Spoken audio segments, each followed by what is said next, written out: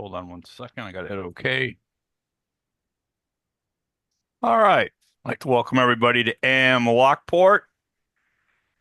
Today I am the acting president of the meeting. I will not be here at the end. I do have to leave, but I will do a couple things, and then I will pass it to our Toastmaster, Joe. First thing we'll do the pledge to the flag.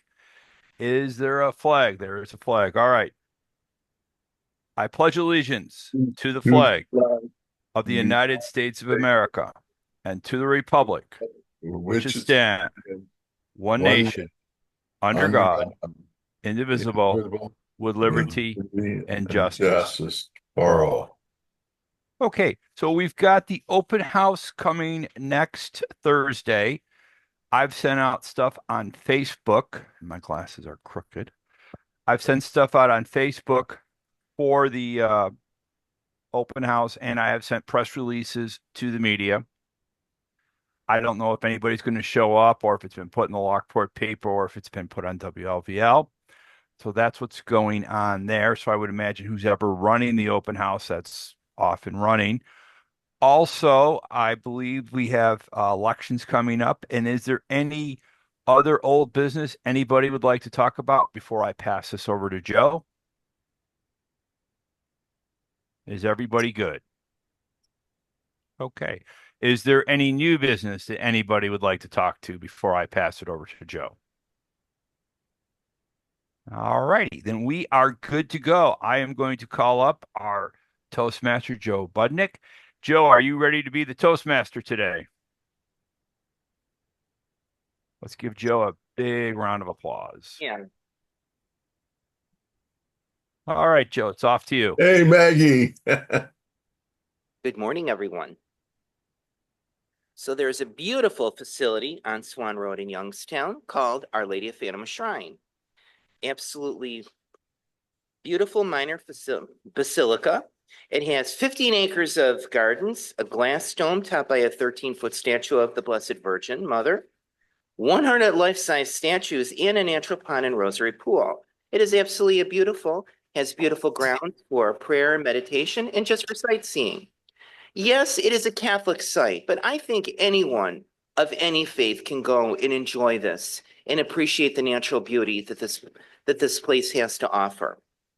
Several years ago, I went with a group of friends to Fatima Shrine, and one of our friends in the group, she was a practicing Buddhist, and yet she was enchanted by the site and thought it was beautiful and would love to go again. The first time I ever visited Our Lady of Fatima Shrine, I think I was about 13. I went with my Aunt Donna, my Uncle Dick, and my two cousins, Rick and Kathy. They came up from Ohio, and I thought it was absolutely beautiful. So we were going around exploring the grounds, looking for our patron saints. My cousin Kathy, she found the statue of her patron saint, Saint Catherine. I had two patron saints, Saint Joseph the Worker and Saint Joseph the Scholar. Now, I went home and I asked my mother that day, which would be my patron saint? Saint Joseph the Worker, Saint Joseph the Scholar? And her response was, well, it sure ain't the worker. Okay, fine. It's Saint Joseph the Scholar. I'm a readaholic, so that works. Anyway, my cousin Rick, unfortunately, he could not find his patron saint. He decided that his patron saint was Saint Damien because his name was Richard Damien Wemple. Well, we looked everywhere around the grounds and we could not find Saint Damien. And Rick told us the story of who he was. He was a Catholic priest who lived several centuries ago, and he did missionary work at a leper colony in, I believe, in Hawaii, and he had the miraculous ability to touch heal people with that disease. Well, unfortunately, they had every conceivable saint you could think of, but no Saint Damien. My cousin Rick, he was crushed. I said, but Rick, I just saw the statue of Saint Richard. I hate Saint Richard. Okay, what did Saint Richard ever do to you? But nevertheless, we had a wonderful time, and so did he. While we were there, when we went to Mass, there was a group of children that were there. There was about 40 of them.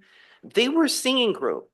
Don't remember who they specifically were, but every one of them played guitars and sang. They had actually toured, and their director was talking to us. And at one time, they actually performed at the White House, whoever they were. So that was interesting. So I have good memories of being there, but my most important memory was the first time I visited because that was with family. And so I just want to raise a toast to everyone for good times with family and friends, no matter where you are, that you always have those memories and keep them close in your heart. Thank you. So I'd like to get to our job holders now. And Darcy, do we have an inspiration from you? Thank you. Thank you, Mr. Toastmaster. I got this off of Facebook. It's a recovering addicts warrior post, but I guess it's more for me than anybody else, but I hope you enjoy it. If I could tell you anything to save you the time and the lessons in this life, I would tell you to never let anything that happens to you turn you bitter. Don't let the pain of something that was out of your hands turn you cold. Stay soft. As hard as that is sometimes, try. Try with all your heart to stay tender. I know there's a lot of things that hurt, take us to our knees, and threaten our hearts with a stone cold grudge. Let it go. You can't change it, but you can choose to not let it change you. Don't let the pain define you. You are bigger than that. I hope you know. You are never how someone makes you feel. Let it hurt and then let it heal. But don't linger there. Remember who you are and rise. Mr. Toastmaster. Thank you. So we do have a word of the day. And would our word master like to say that word if they could? Good morning. Yes. Sorry. If you can, I can say. No, I'm good. Sorry. Okay. Good morning. I spent part of my week this week with a screaming toddler who was sick, which is probably why I am sick. And I've developed a deep reverence for patience, especially when sitting with a sick toddler who screamed for 6 hours straight. It's where calm persistence becomes a quiet act of courage. Anyway, and she's still alive, not from the cold, but from her grandmother didn't decide that she couldn't handle it anymore. Okay, so my word is reverence, and it means a deep respect and awe, often for something sacred or profoundly important. He spoke about the shrine with such reverence that we all felt its significance. Thank you, Mr. Matt. Thank you, Toastmaster, and I pass it on. Thank you. So our word for the day is reverence. And Margot, are you our grammarian today, I believe? I am the grammarian, and I'm hoping Mike's there to be our master. Otherwise, we'll need somebody. As you can see, I put on my crown for today. I am taking notes. I already have some. You know how I am with grammarian. So today my job is the grammarian, but I won't be kind like your grandma Marion. I'll listen for those great words and phrases, but if it's not right, I won't sing your praises. I'm tough, I know, but if we really want to grow, speaking properly will make your speeches glow. So good luck, Toastmasters. Thank you. Thank you, Margot. And our master today, I believe, is David Licata. Thank you, David.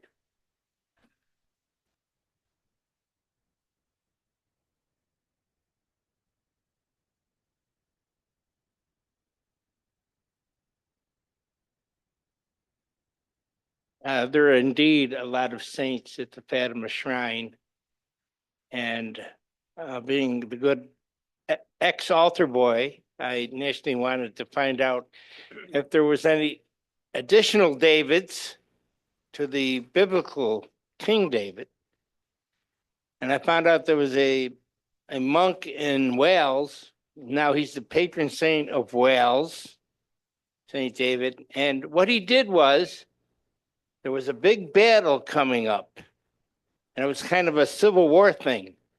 So guys were killing each other, but they were killing the wrong guys. There was too much friendly fire with the swords and the shields and the helmets.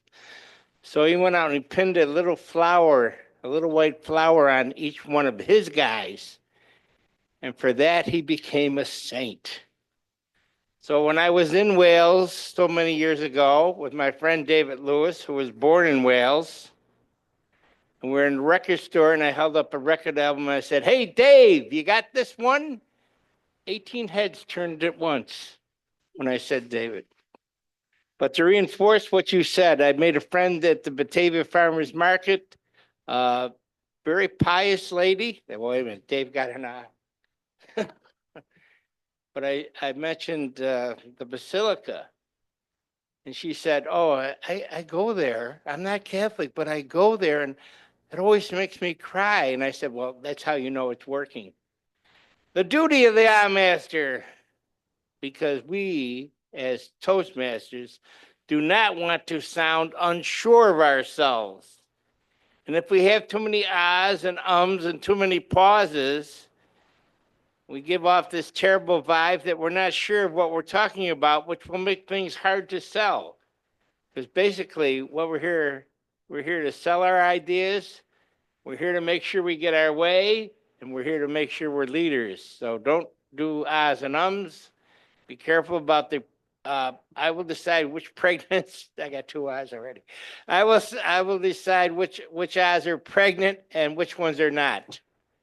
Mr. Toastmaster. Thank you, David. And can we hear from our quote master today? I believe that is Mary. Thank you, Mary.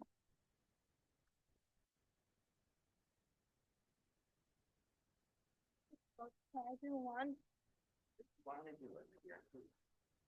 The prayer rosary every day in order to obtain the world of peace. That's from Our Lady of Fatima. That's all I'll do. Thank you. Wonderful.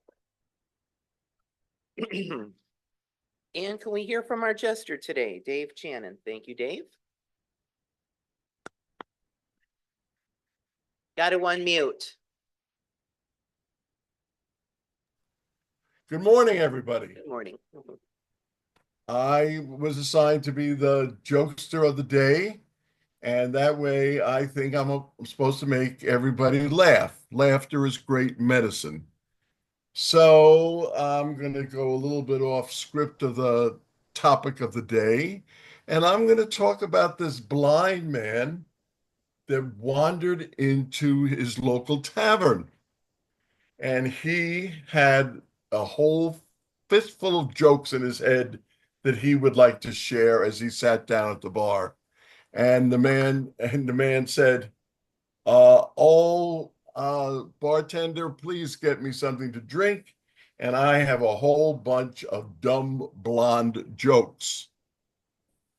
And the bartender said, "You're blind, sir, and I just want to warn you that the bartender has a bat in her hand when she heard dumb blonde jokes." And he said, oh, okay. "And the person to your right is a wrestling champ, and she doesn't look too happy." And he says, "Oh, okay. Is she blonde too?" "Yes, she is." "Oh." Well, he said, "The last person is a police officer, and she has her gun in her hand, and she's also blonde. So, with that said, do you still want to tell dumb blonde jokes?" The man thought for a while, and he said, "I guess I shouldn't, because I really don't want to have to explain these twice. Thank you very much, Mr. Toastmaster." Thank you, David. You're welcome. So next we have our timer, Marty Johnson. Thank you, Marty. Morning. Thank you, Mr. Toastmaster, fellow Toastmasters. As timer this morning, I'll be doing my best to keep us on time. We start and end on time. Table topics, 1.5 to 2 minutes with a 15-second buffer. Speeches, They are all 5 to 7 minute speeches today. So the lights will be at 5, 6, and 7 minutes with a 30-second buffer on either end. Evaluations are 2 to 3 minutes with a 30-second buffer, and the lights will be at 2, 2:30, and 3. For those on Zoom, you'll be seeing the colored screens, and for those in the room, you'll be seeing the colored screens and also have the colored cards. Back to you, Mr. Toastmaster Joe. Thank you, Marty. Thank you, Joe. And we have our quiz master, Jill Roaring. Jill, would you like to talk about what you're going to do today? Thank you. Thank you, Mr. Toastmaster. I am going to be searching the contents of our speeches and filler and just the general meeting for all the reverent and irreverent facts that might be out there. And I will be quizzing you at the end of the meeting to see if you've been listening. Thank you very much. Thank you, Jill. And we have our general evaluator, Beth Banks. Are you there, Beth, to talk about what you're going to do today? I don't see her. Okay. Well, okay. Well, if she's not here, then any brave soul would like to step up and be our general evaluator. Let us know, okay? So in the meantime, I would also like to introduce our table topic, Sylvia Baptiste, today. Thank you, Sylvia. And use the word of the day, which is reverend. Thank you. Morning. This is an interesting topic. I have gone only, terrible to say, only once to the Fatima Shrine. And it was during Christmas time to see the lights, which is very beautiful. The service and everything. So as I was thinking about this the other day, what am I going to ask people questions so they could use the word of the day? Please remember reverence.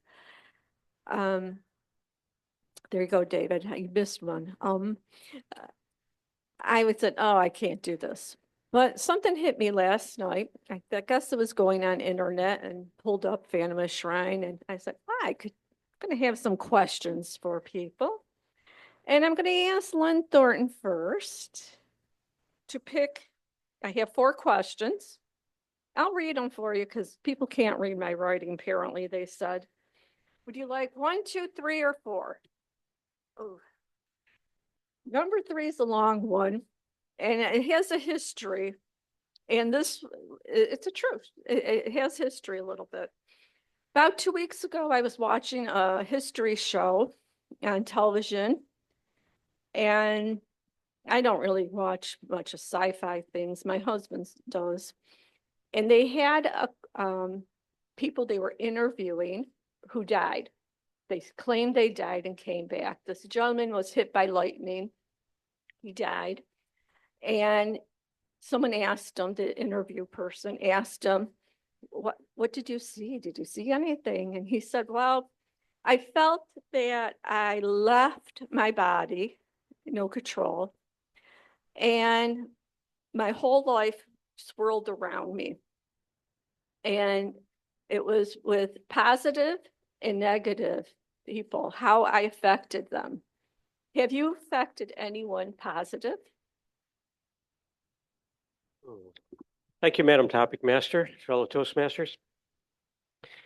Yes, I've had a lot of positive people in my life, and I've had a lot of negative people. At my ripe old age, I've developed a strategy of not letting anybody bother me. It's kind of a Zen thing.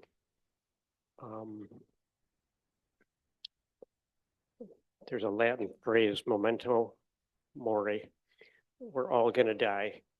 You know, none of us gets out of here alive. And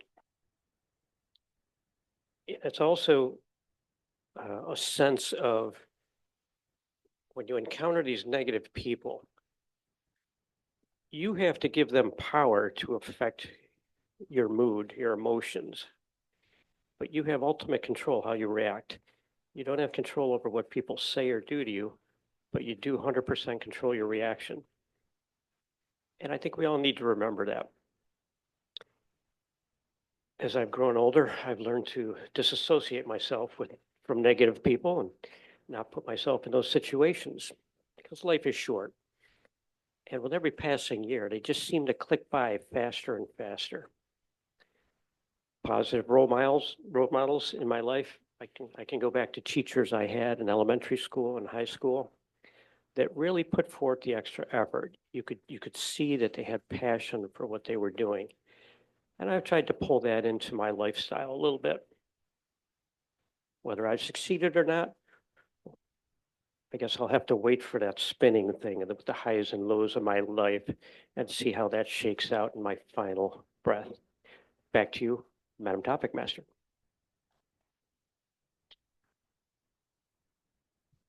Carol Ann, I'll let you pick 1, 2, or 4, or if you would like to build on number 3, that's your choice.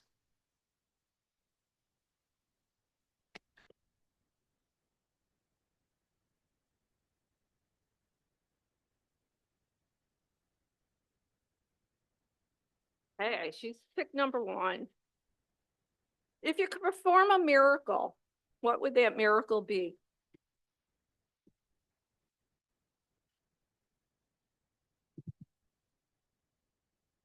Madam Table Topic Master and fellow Toastmasters.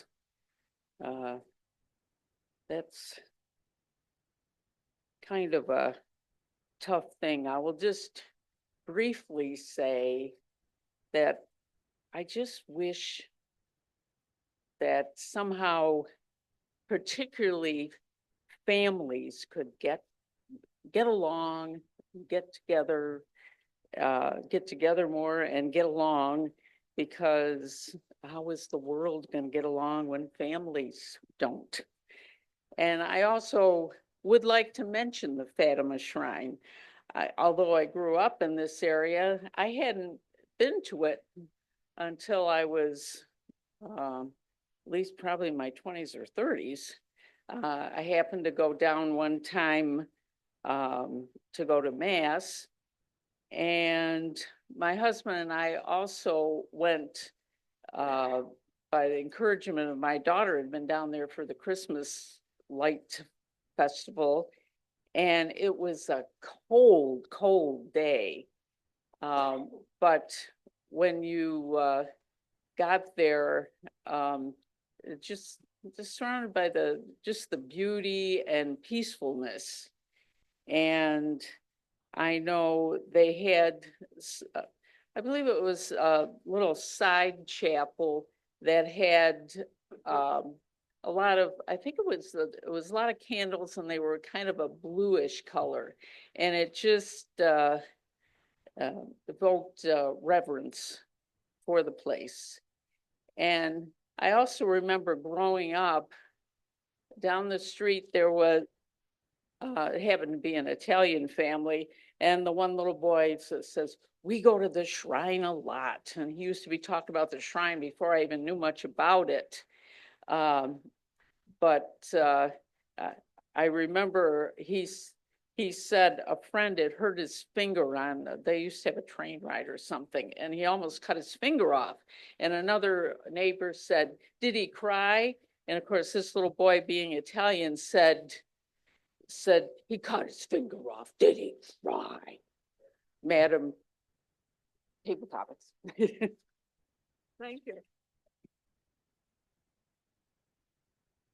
Les Robinson, I have number 2, 4.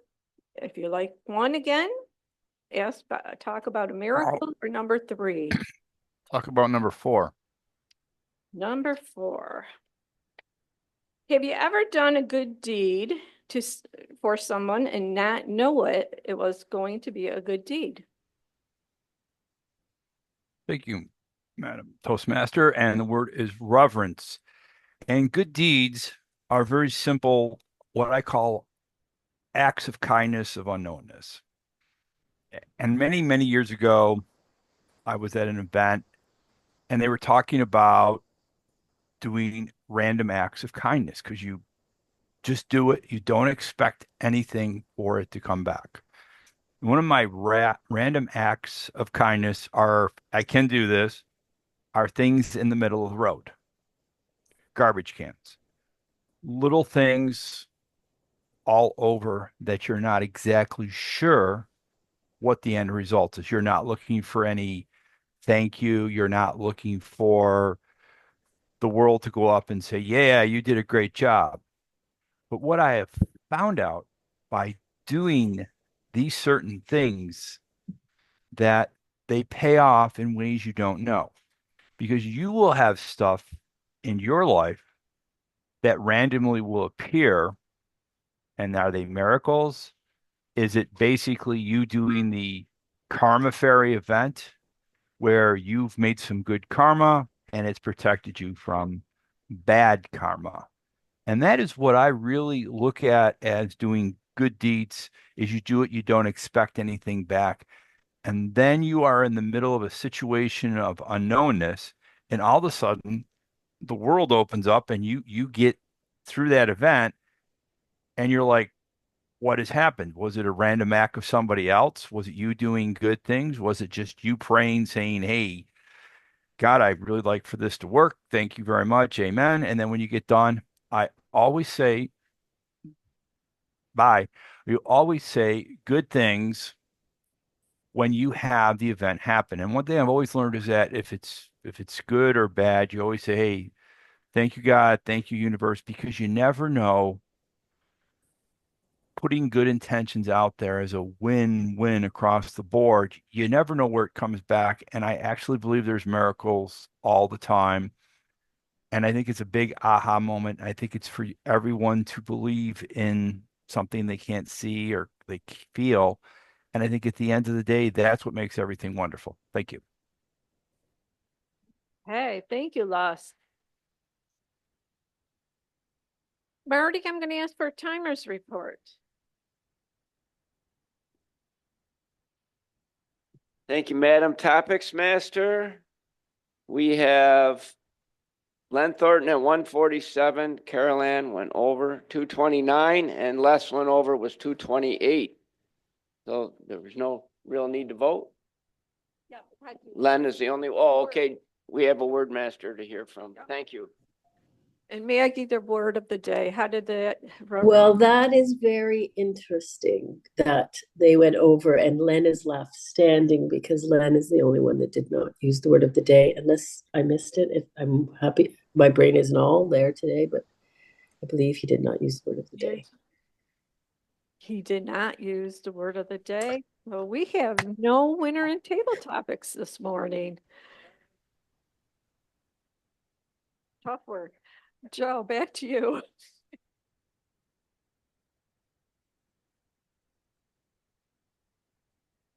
As a couple of people pointed out, I would definitely recommend going to Phantom Shrine during the winter, during Christmas time, the holidays. It is truly breathtaking. The lights, the displays, the nativity, truly reverent experience for people that visit there at that time.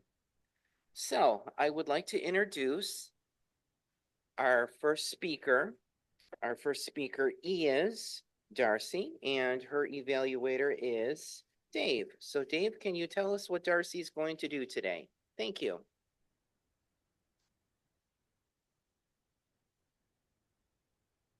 Okay, cool. Okay,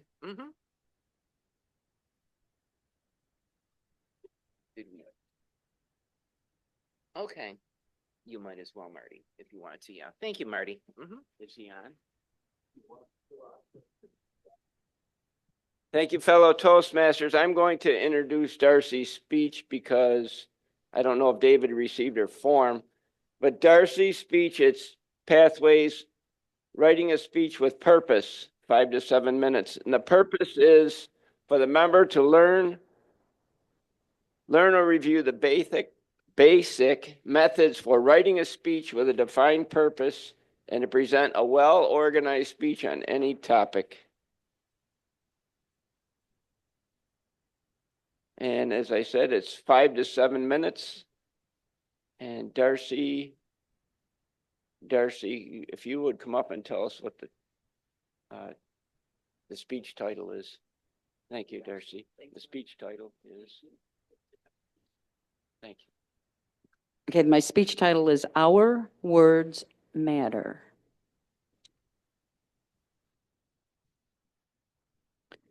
Communication is 93% nonverbal. Let me say that again. Communication is 93% nonverbal. It's not what you say, but it's how you say it and what you look like when you're saying it. You're going to remember my speech not for my words, but for my tone, my rate, my volume, my gestures. That's what you're going to remember. We are 5 times more likely to be influenced by tone of voice than by the spoken word as we listen to a speaker. And that is the reality. When I first read that many years ago, I couldn't believe it.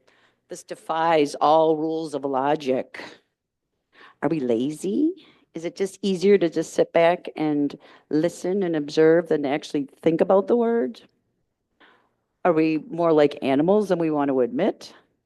Animals don't use words, but they definitely communicate. Alas, what it is we are emotional beings. And we know that communication is conveyed with words with only 7% effectiveness. And the other 93% is body language and tone. In other words, what you look like and what you sound like. But I'm here to tell you that words still matter. Please and thank you, and good manners never go out of style. Our words matter. Here's a quote I like very much by George Kahneman, and I've had it on my wall for many years. The 6 most important words. I appreciate you and your efforts. The 5 most important words. I am proud of you. The 4 most important words. What is your opinion? The 3 most important words. If you please. The 2 most important words. Thank you. The most important word. We. And the least important word. I. Our words matter. I love the part of Toastmasters where we get the quiz at the end of the meeting, and we actually have to listen to what was said during the meeting. I love that part of it. It must be something new because I don't remember that from Toastmasters when I was in it before. It's a great addition. It's like when we were in school and little Johnny would say, "Is this going to be on the test?" In other words, do I really have to listen and pay attention? Yes, you really do need to listen and pay attention because our words matter. Are you an introvert? Are you an extrovert? Have you ever taken the Myers-Briggs personality profile? I've taken it many years ago, and I'm somewhere in the middle, so I sometimes like to talk, and sometimes I don't. But no matter how much you talk or how many words you say, our words still matter. We have to be careful of our words. In fact, we have to be careful of our thoughts, because that's where our words come from. And here's another quote that I just shared a couple weeks ago, but it bears repeating.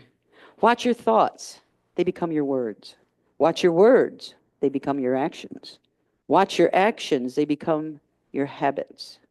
Watch your habits. They become your character. And watch your character. It becomes your destiny.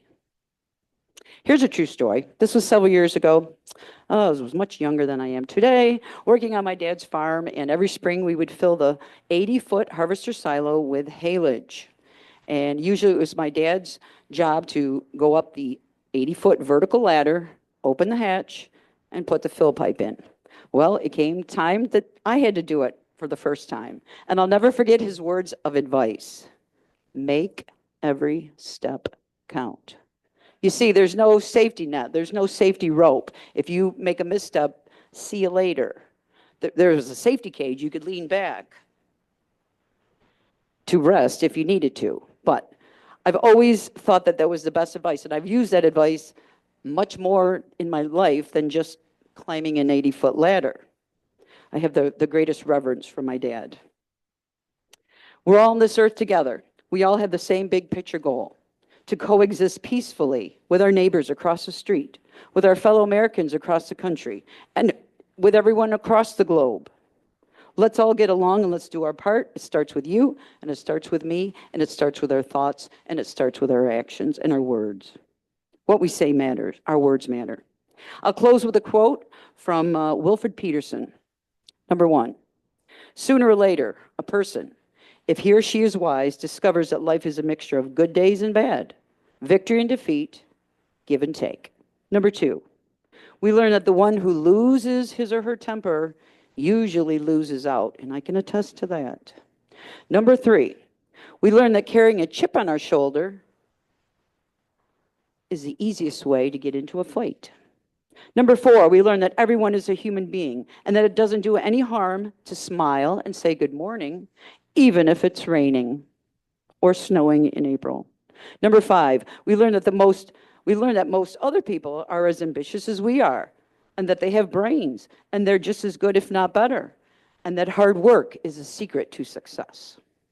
Number six, we learn that no person ever got to first base alone, and that it is only through cooperative effort that we move on to better things.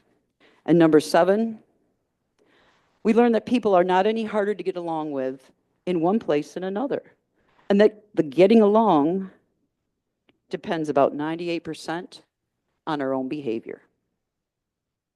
Our words matter, Mr. Toastmaster.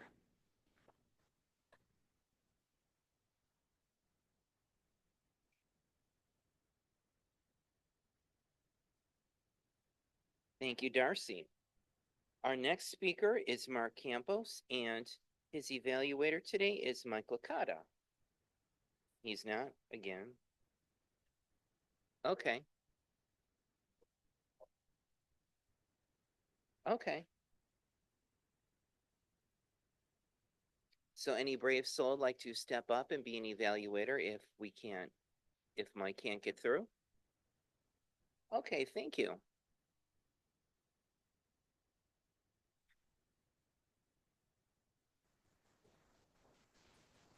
Thank you very much. No problem. Okay, Mark is speaking today from Pathways Presentation Mastery, Level 3 elective. He is going to connect with storytelling. Connecting with storytelling, 5 to 7 minutes, Mr. Timer. And the title of his project is Mentoring Memories. Mentoring Memories. Mark Campos.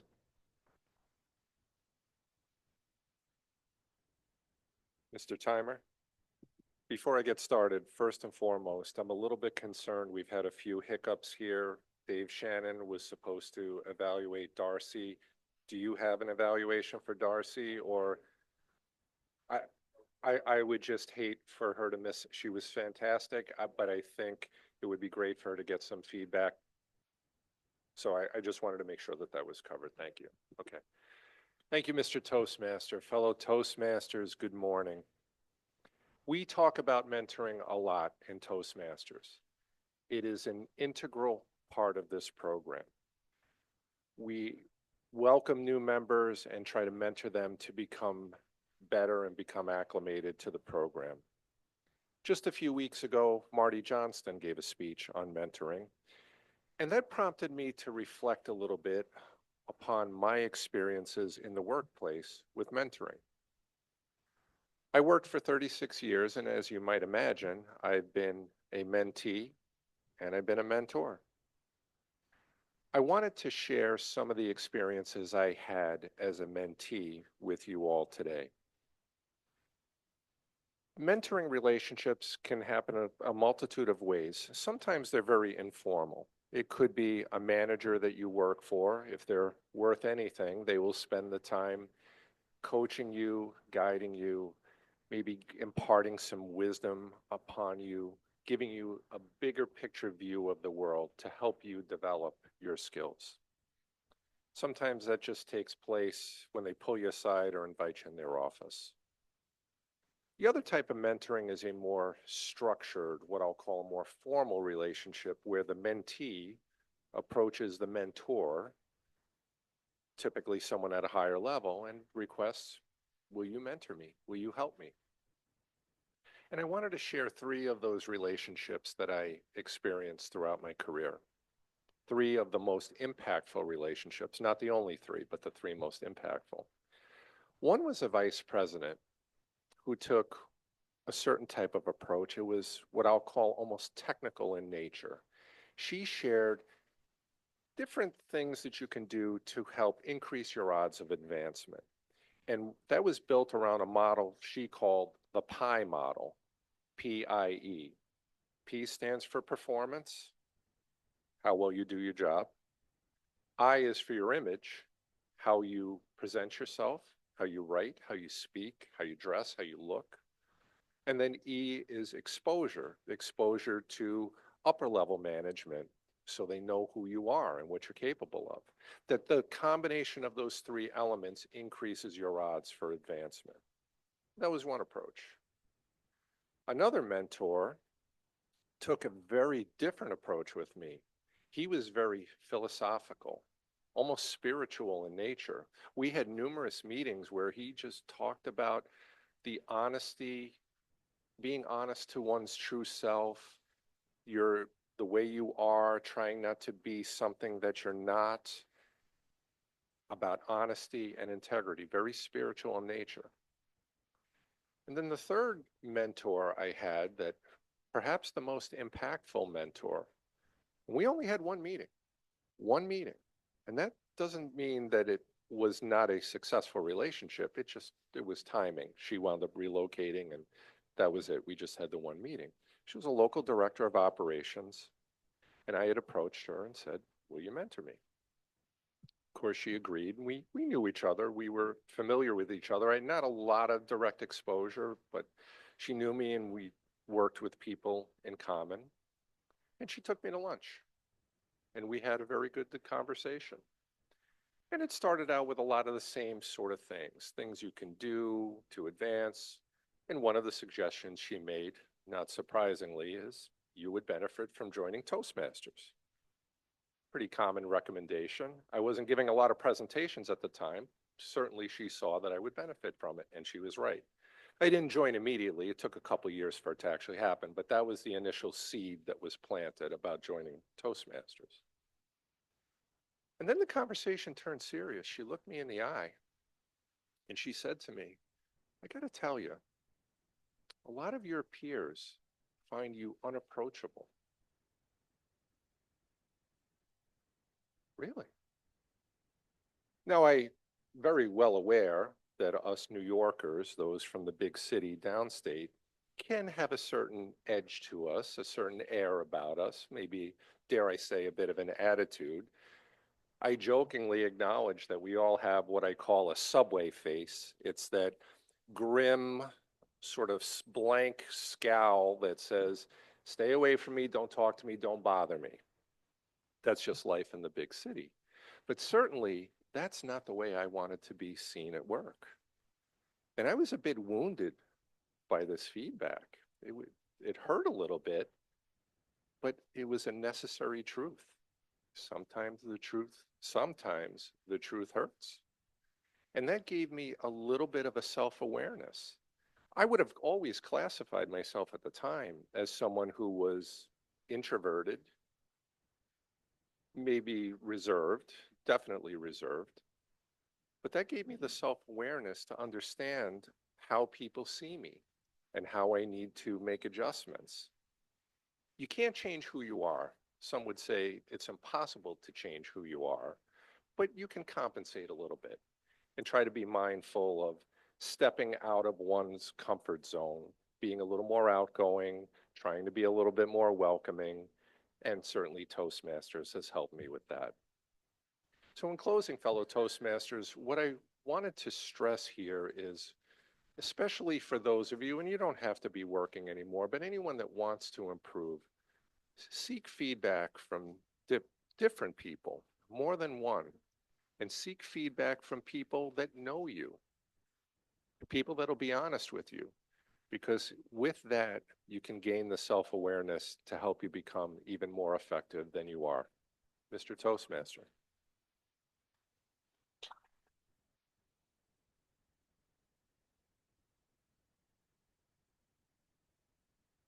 In our third speaker, I have Maggie Craig is our third speaker. Nope. Oh, I'm sorry, Nancy. So Nancy Ferry is our third speaker. Thank you. And I believe our third evaluator is Stephen Smith. Thank you, Stephen. So I'd like to talk about what she's going to say today. Thank you. Thank you. Well, Nancy Ferry is in the engaging humor pathway, level 1, option 1. And the time is 5 to 7 minutes. Introduction to vocal variety and body language. And I don't know a lot about it, so we'll let her explain. Her title, On and Off Relationship. Nancy Ferry. Thank you, Stephen.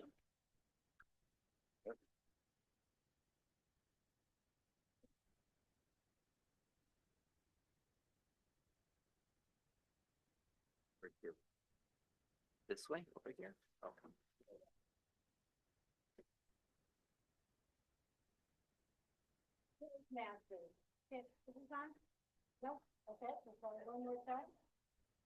One more click. 2 clicks. Fellow Toastmasters, I'm in a relationship. It's on and off. Some days I wish I could just break up. It started out that I'd hear from her once in a while. She was quiet.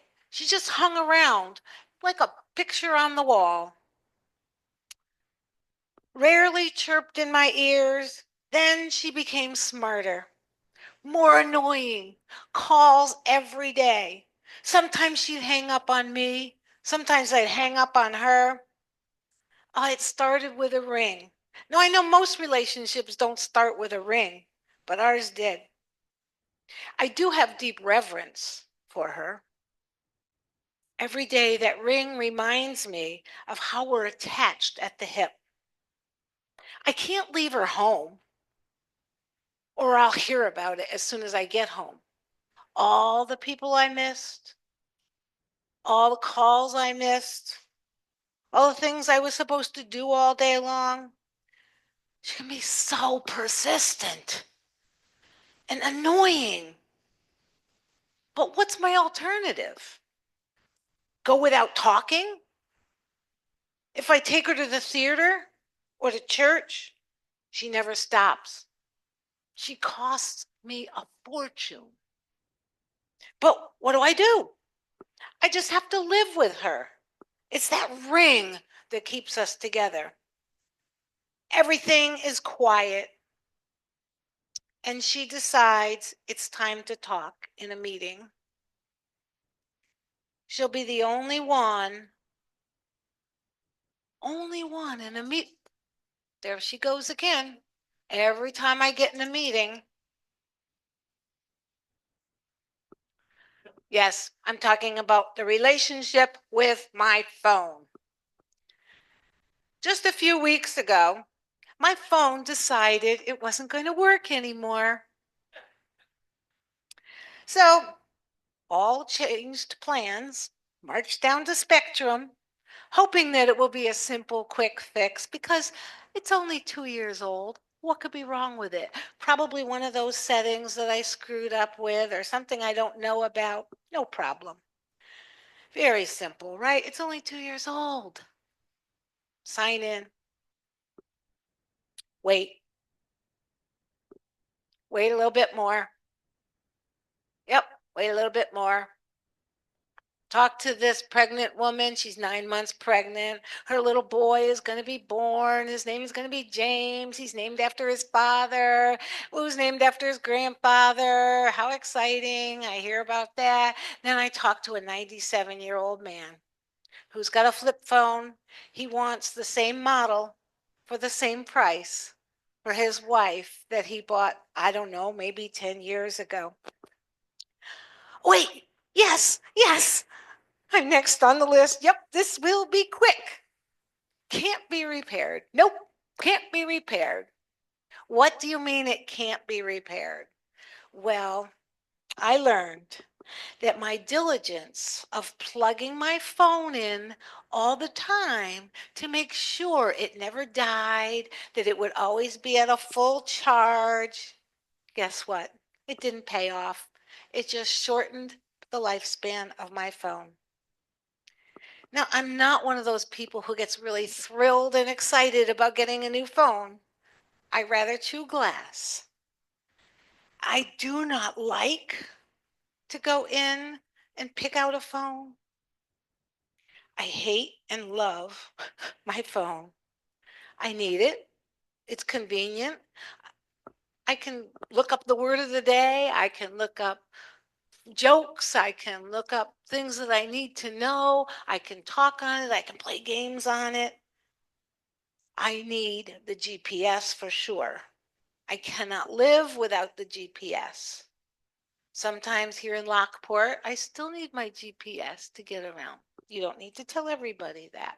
It's a love-hate relationship. I need it. I love it. But sometimes I wish I had one of those old phones that hung on the wall. If it rang and you were busy, you didn't answer it. We didn't miss too much. We didn't miss what we didn't know. If my grandmother called, we knew that we had a little code. She would call. If we didn't answer, she would hang up, call again, hang up, and call again. And we knew it was grandma was in trouble. Probably not in trouble, but just needed to talk to somebody. Those days, that love-hate relationship that began with a ring. Fellow Toastmasters.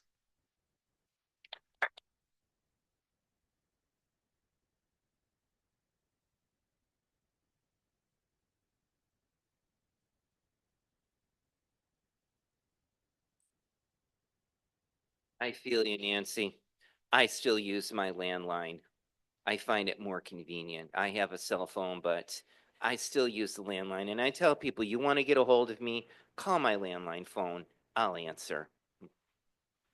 So, thank you. Please cast a vote for all of our speakers, but we need to hear from our timer, please, first. Thank you, Marty. Thank you, Joe. Fellow Toastmasters, all three speakers qualified. Darcy at 5:51, Mark Campos 6:23, Maggie Craig 5:25. Nancy. Good, you caught me. That was a test. Nancy Ferry 5:25. I stand corrected. Joe, back to you. So cast your votes, and we would like to hear from our evaluators now. Our first evaluator, I believe, is Marty. Marty, come back up again. You're not done yet. Thank you, Marty, for stepping up to the bat. Appreciate it. Thank you, Joe, fellow Toastmasters, and especially Darcy. Welcome to AM Lockport. Darcy, your speech purpose was to write a speech with purpose. That was the whole gist of your speech, and I feel you did a wonderful job with that. And you explained how our words matter, and you had good speech structure, you had good examples, quotes. Your speech was well organized, and you used vocal variety a few times during your speech. The quotes that you used were appropriate, and I liked how you gave some examples there, personal experiences, specifically the one when you were talking about working with your dad on the family farm, and you're on one of the pieces of farm equipment, and how that the words of wisdom that your father gave you stuck with you through your life, and you said how you apply those to your life. And that was a good example of how words matter. And that was the whole purpose of your speech, to write a speech with purpose. And that really stuck out in my mind, really cemented the fact, if you will, of how our words matter. Something that someone says to you, whether it be a family member, a coworker, or your father, how those really stick with you, and they lead you and stay with you for your life. A couple things you may want to work on for this, what I felt was an excellent speech, perhaps memorizing a couple of the quotes. I know a couple of them were lengthy, but it served a purpose for this speech, but perhaps memorize a couple of them. The only other suggestion I would say was that because I feel you're comfortable speaking, I would suggest you try to use the headset mic so you can come out and you can use more gestures that way. I know you did use some gestures, but you could fully engage with the audience. And over time, as you feel comfortable, you don't have to do it your next speech, but that would be a good challenge to do it for your next speech. The headset mic is always available. Len and Mark have it over here. It's always charged up, and it's just a flick of the switch on. It's always, volume's always set. But I would challenge you to do that so we could even engage more with you in your speech. But I felt it was a wonderful speech, and I know that you did tell me, excuse me, that you had your speech information on there, and next time I'll make sure that I remind you that you have to save the information. It's one of those things on the website to get used to. But Darcy, overall, well done. Thank you. Joe, back to you. And next, I believe we will be hearing from Len, who will be evaluating our next speaker. Thank you, Len. Thank you, sir. First off, let me say what a pleasure it is to once again be evaluating Mark Campus. Mark is a fantastic evaluator and a pretty damn good speaker in his own right. He confided in me this morning that he had a speech ruminating in his mind, and that's a method I've used as well. I'll think about something for a week, kind of organize it in my mind, and then, as you noticed, Mark had no notes whatsoever. He was speaking off the cuff because it was all up here. And he did so many things correctly. His pace, first of all, was impeccable. He spoke at a cadence where everybody could understand, and the impactful words had a pause and stood on their own. That just comes from experience. His gestures, moving around, even behind the lectern, flawless. Eye contact. He's looking around at the room. He's looking at the camera. He's going back and forth, trying to connect with every one of the audience. Now, of course, we have to find some constructive criticism for this marvel here.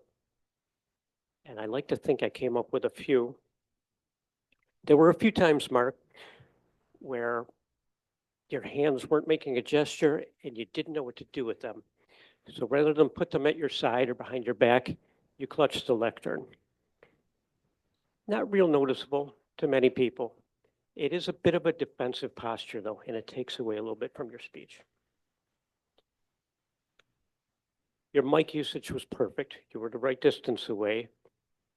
We can hear when our mic is on, okay, because it comes through the speaker and we hear the echo coming back in the room. So nobody should ever say, is this mic on or am I on? You can hear it. You have immediate feedback right here. One thing you could have done is bump up the vocal variety just a little bit. It sounded just a little bit monotone. And to challenge yourself, some of the best speeches I've ever heard, the speaker will introduce a point, the salient point of the speech in the beginning, and then they will come around to it at the end, kind of bookending the speech, be it a call to action or just a reaffirmation of that important thing. You could have done that with the PIE, the performance image exposure, and that would have really cemented in all the listeners' minds the key point of your speech. But Mark, almost flawless. It was a pleasure evaluating you and, of course, listening to your speech. Mr. Toastmaster. Thank you, Len. Our next evaluator, evaluating Nancy Ferry, is Steve Smith. Thank you, Steve.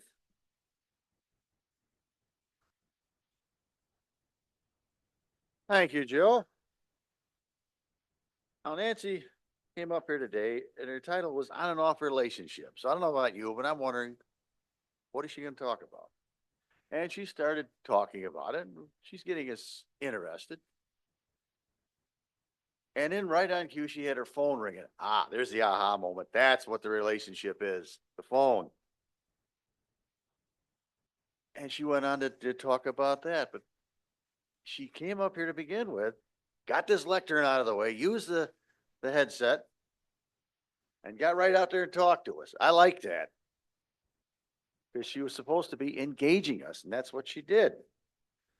She used some hand gestures and body language. And there's the one spot where I think you can improve this. You were sitting here holding your notes, so it's kind of limiting your hand gestures and your body work because you had to have this. Now, I'm not going to tell you how because I don't know, but some way you got to find a way to get away from using these notes. And you need to be fully free to use gestures while you're giving this speech. And I think they also interfered a little bit with your eye contact as you're kind of making sure what you're doing and looking up and down. But she told the story in an entertaining fashion. She's very entertaining.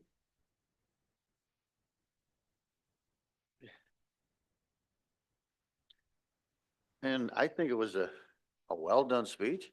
I think she made contact with us. She entertained us.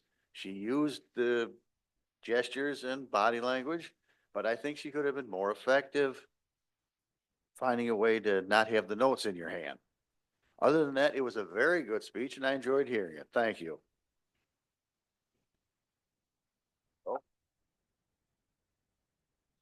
And can we have a timer's report, please? Thank you.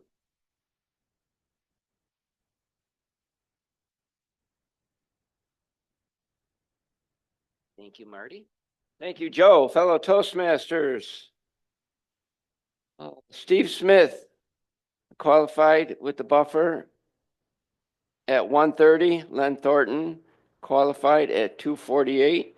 And this guy named Marty Johnston was qualified at 3:17. Back to you, Joe.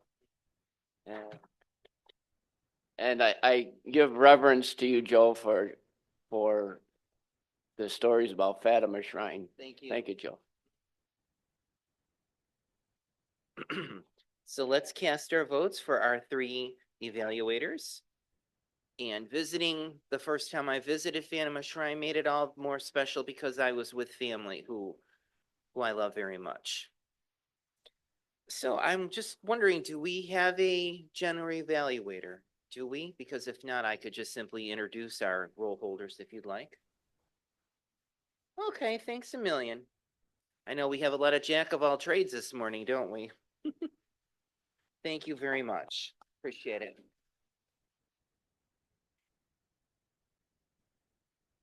Thank you, Mr. Toastmaster. Fellow Toastmasters, good morning once again.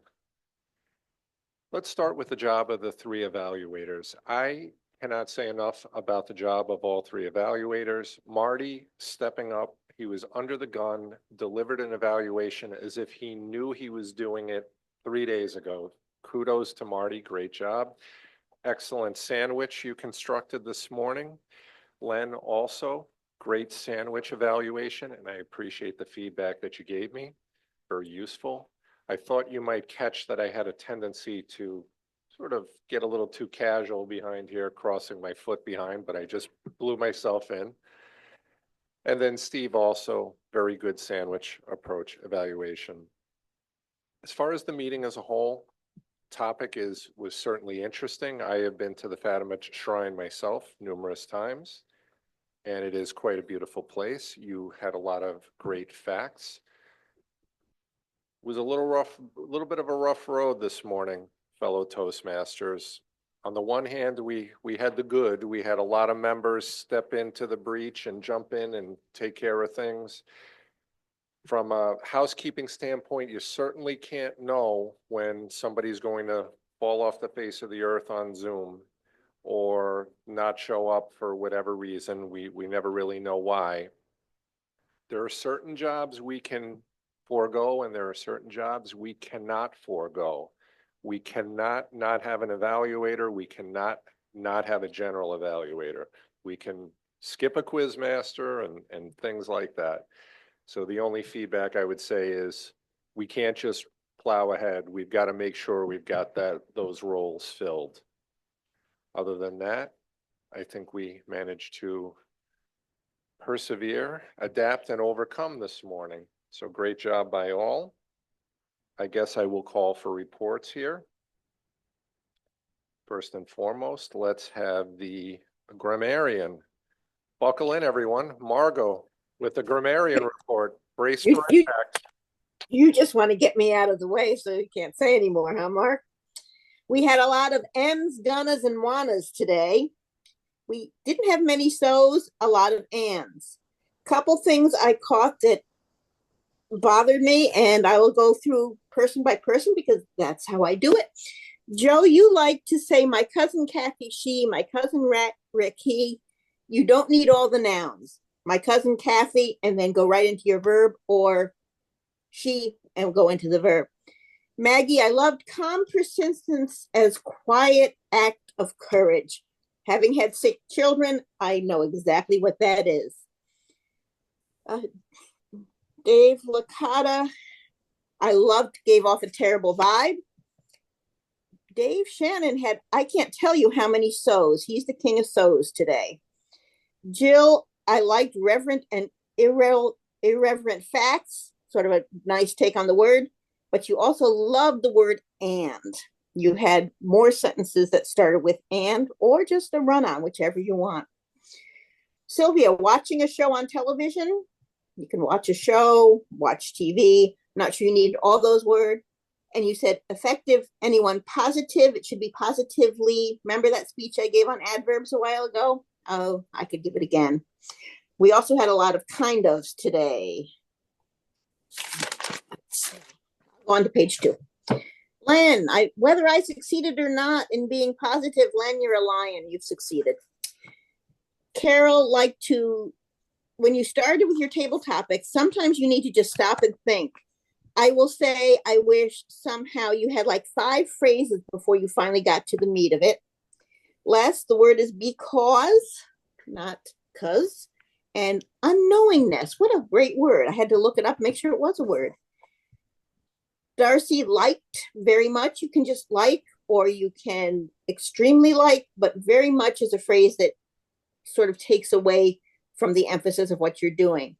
Mark, you had integral part, acclimated, wounded, individual words that gave a fabulous word picture, but the word is you, not yet. Nancy, screwed up with, you could just screw up. I'd rather chew glass. What a great phrase. That was wonderful. Joe, you at the end, you said, I feel you, Nancy. You understand or you hear. Marty, I know you were under the gun, but you had a couple of ands in there. Len, ruminating, cadence, reaffirmation. And I loved how Steve used the term interfered. He was describing what could make the speech go more smoothly. So a lot of positive words today, but I really don't want to hear a lot of run-ons with ands and a few other phrases. So I will hand it back to you, Mr. General Evaluator.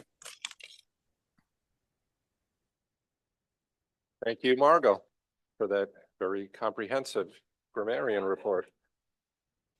Our master, Dave Licata. Dave, would you come up and tell us how we did this morning?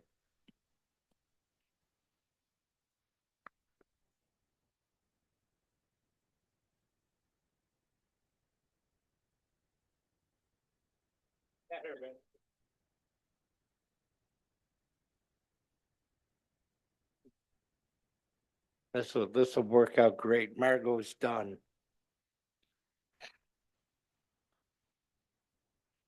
Speaking of Margot, I took her lecture to heart, and the idea that we have a WAG master when we don't need wagging anymore because we have members. So I said, I'll fill in. I'll take on master. It's open and I'll get on board. And I came out here with purpose. And I came up to the lectern earlier and I was strict and stern. So that worked because so far it's really a light day eye-wise. So Dave Licata, myself, I had 2. Marty had one. Sylvia had one. Yeah. That's that's all, folks. Mr. General Evaluator.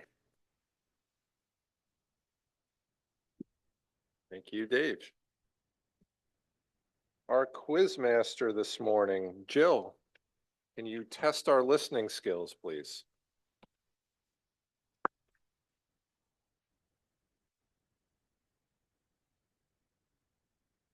And I hope to test our listening skills. Some of my questions got stolen in evaluations. Use them anyway? Okay. How many Davids turned their heads when, oh, got it right away, 18.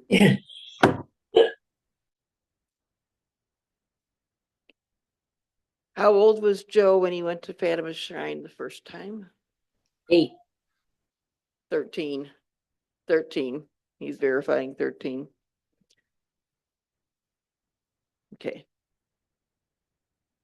3 people mentioned Christmas lights at Fatima Shrine, which I've heard they're fabulous. Someday I'll get over there and see them. But which 2 actually said they had been there for it? And Carol Ann. Yeah, it was Carol Ann. Joe talked about how fabulous they were. I think you've probably been there, but you didn't actually say, I've seen them. He has seen them, yes. Okay. When Darcy spoke, what was the single most important word? We, yes. And getting along was how much of our own behavior?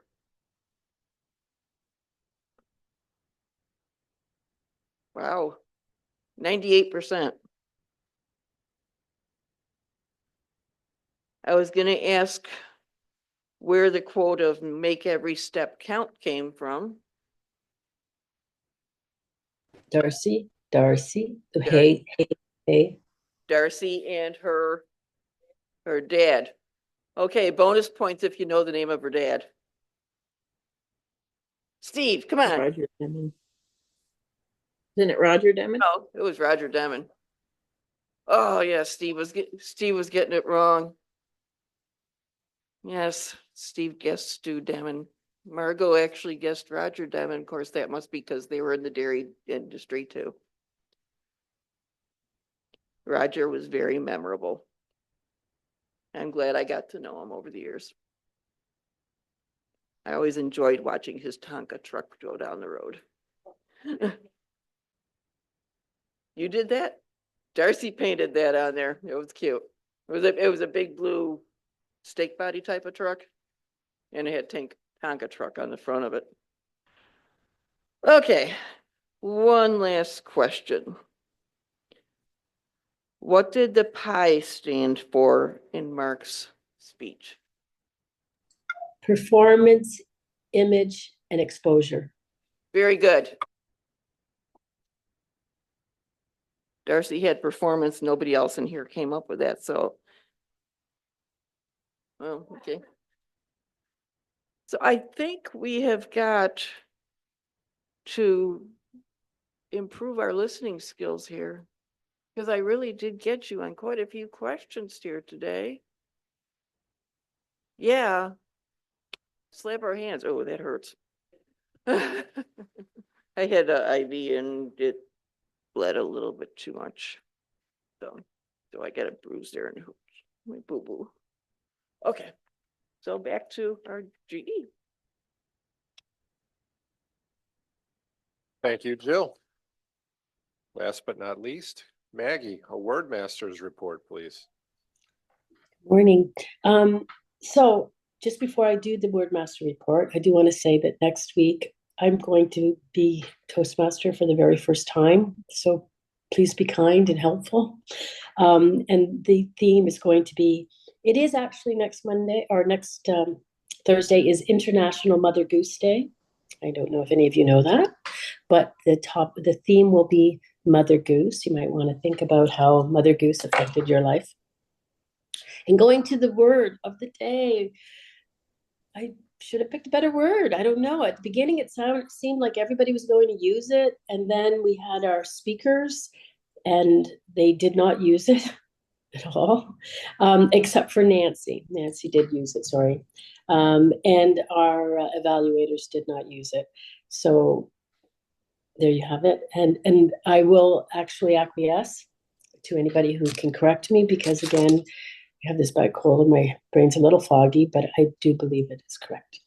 Back to you, General Evaluator.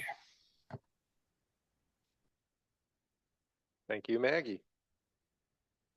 Now I'd like to invite the Toastmaster of the day to join me to announce the winners. Okay. Thank you. So these are evaluators. Our evaluator today is Len. Thank you, Len. We have ribbons.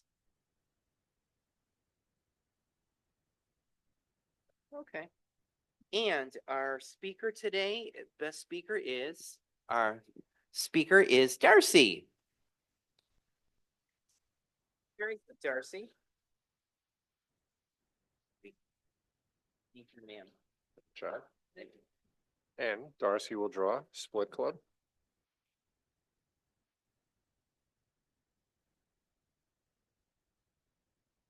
I can read it. All right, the winner today ends in 903. Nancy is the winner. To close the meeting? Sure. And thank you for everyone who stepped up to the bat today to fill in for some of our missing slots. And I would just like to close the meeting today and wish everyone a relevant week until we meet again. Yes, ma'am. Yes, you may. I think Marty was way too kind, and I would appreciate feedback from all of you. But thanks, Marty.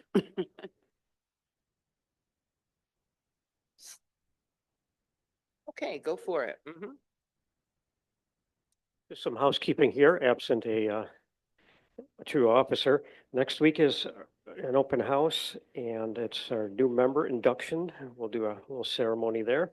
The Shaw Festival, for those who signed up, is 2 days later, on the 3rd of May. On May 8th, we will vote for club officers. If you haven't expressed your will to be an officer next year, please contact Eric, our president. 5:15. We will need a lot more chairs in here because we'll be invaded by the DECA kids from Lockport High School. That will be a different format for that meeting. They'll kind of be the participants for all the roles. And if you want to mark this on your calendar, our last hybrid meeting, our last in-person meeting here for the summer is on June 26th. At that point, or after that point, we go to Zoom only because the YMCA needs us for the summer kid programs. That's all I have, Mr. Toastmaster. And do we have any more announcements today? We do. Go for it, Marty. Thank you, Mr. Toastmaster. Does everyone know what exciting event is this weekend? District 65 Conference. And I'm pleased to announce that I have a deal for you. I paid $65 in the early bird for Friday and Saturday for the conference, one ticket, and I'm willing to make a bargain price with someone because I have to go out of state to a family memorial for a relative. So I will not be able to attend. But is there anyone here present that would like the ticket? I will give it to someone for a cheap price. I paid $65 for it. So just let me know so I can coordinate. Anyone on Zoom? If not, if I don't hear back from anyone from our club today, I'll get a hold of Rhetorical Roar today. And some of those people might want to take me up on the offer, but let me know. I appreciate it. Thank you. Joe, thank you. Any other announcements? Okay, then I adjourn this meeting and wish everyone well.